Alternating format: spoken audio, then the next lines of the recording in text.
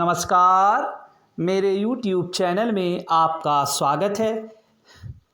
साथियों, आज हम बात करेंगे ई विद्यावाहिनी अंतर्गत SDMIS के तहत हो रहे वेरिफिकेशन के संबंध में।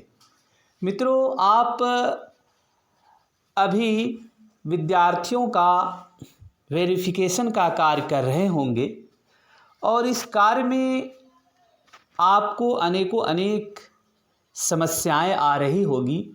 उन समस्याओं में से एक महत्वपूर्ण समस्या है डुप्लीकेट का। साथियों, जब आप किसी विद्यार्थी का वेरिफिकेशन करते हैं और जब आप उसका फाइनली वेरिफिकेशन बटन पर टच करते हैं तो आता है लिखा हुआ डुप्लीकेट। ये डुप्लीकेट क्या है, इसका क्या अर्थ है और इस समस्या का निदान क्या है, इस वीडियो में मैं आपको इसकी संपूर्ण जानकारी दूंगा। उससे पहले आपसे मेरा एक बार पुनः सादर अनुरोध है, यदि अभी तक आपने मेरे चैनल को सब्सक्राइब नहीं किया है तो कृपया सब्सक्राइब कर लें। मित्रों, ये डुप्लीकेट के कई कारण हैं। उनमें से एक कारण यह हो सकता है कि आपने किसी एक बच्चे का 2 बार इनरोलमेंट कर लिया था और फिर आप उसमें से एक बच्चे को आर्काइव कर दिया, छिपा दिया।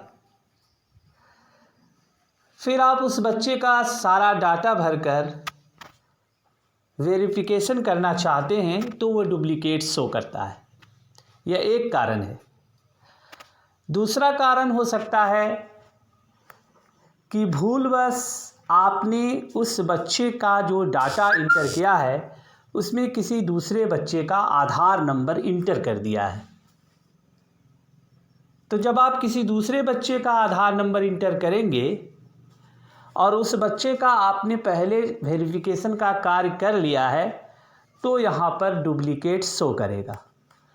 तीसरा महत्वपूर्ण कारण हो सकता है कि वह बच्चा किसी अन्य विद्यालय में नामांकित हो सकता है वो विद्यालय किसी दूसरे सरकारी विद्यालय में पढ़ रहा हो या नामांकित हो सकता है उस बच्चे का नाम किसी प्राइवेट स्कूल में हो। आइए हम इन डुप्लीकेट की समस्याओं का समाधान खोजने का प्रयास करते हैं। मित्रों, जिस बच्चे का डुप्लीकेट शो हो रहा है, आप उस बच्चे का सबसे पहले आधार नंबर नोट कर लेंगे और नोट करने के बाद आप जाएंगे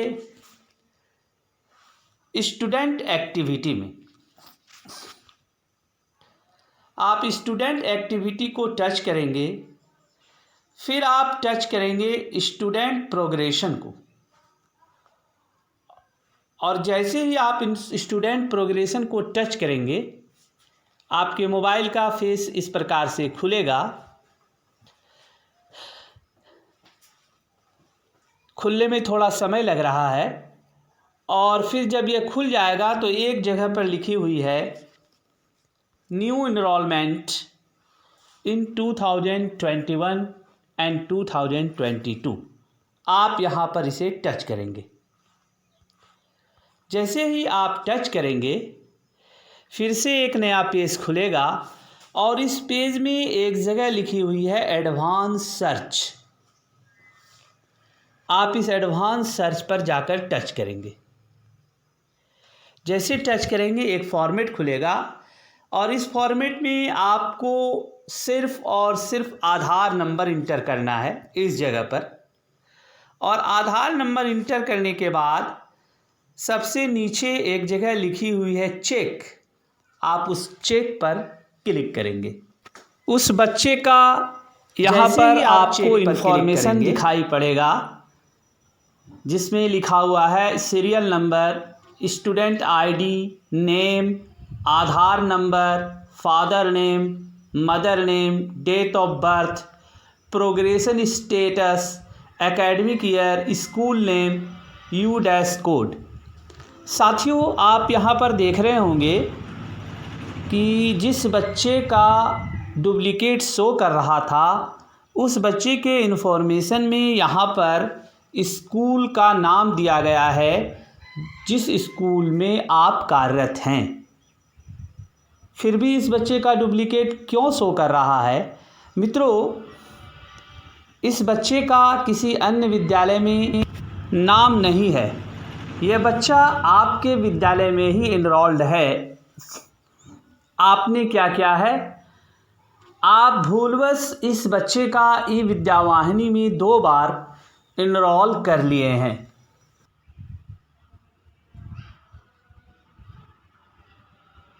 और एक बच्चे को आप आर्काइव कर दिए हैं, अर्थात छिपा दिए हैं।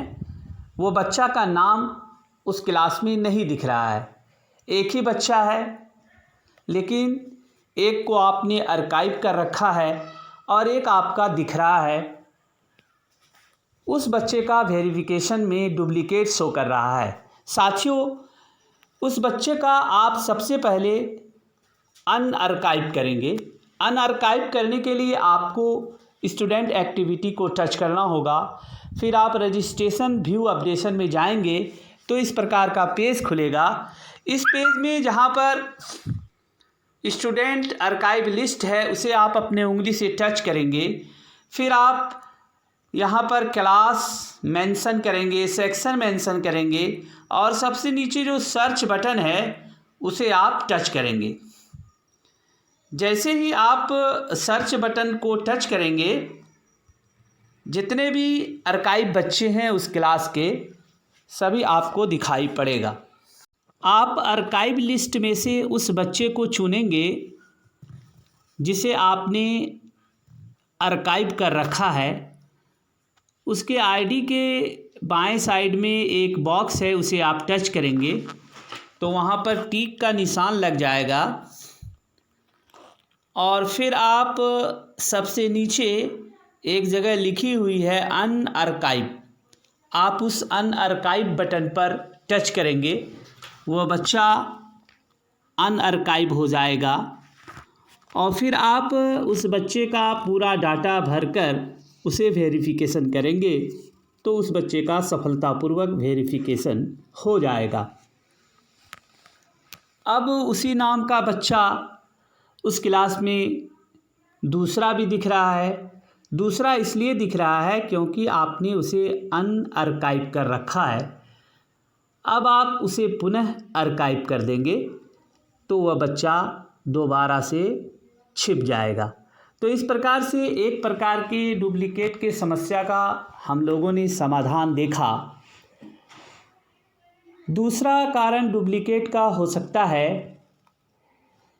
कि एक बच्चे का भूलवश आधार नंबर आपने किसी दूसरे बच्चे में इंटर कर दिया है और उसका आपने वेरिफिकेशन कर लिया है। जब आप इस बच्चे का वेरिफिकेशन का कार्य करते हैं तो डुप्लीकेट शो कर रहा है। आप पुनः एडवांस सर्च में जाएंगे, वहाँ पर आधार नंबर डालकर सर्च करेंगे। उस बच्चे का पूरा इन्फॉर्मेशन दिखाई देगा। वहाँ पर आपको अब 2 नाम दिखाई देगा। यदि आपने भूल से दूसरे बच्चे में इस बच्चे का आधार नंबर डाल दिया है तब आपको पता चल जाएगा कि किस बच्चे का आधार नंबर किस में डालना था। पुनः आप रजिस्ट्रेशन व्यू अपडेशन में जाकर एडिट बटन के द्वारा जिस बच्चे को आपने भूलवश आधार नंबर डाल दिया था उसे आप संशोधित करेंगे, उसका वेरिफिकेशन करेंगे।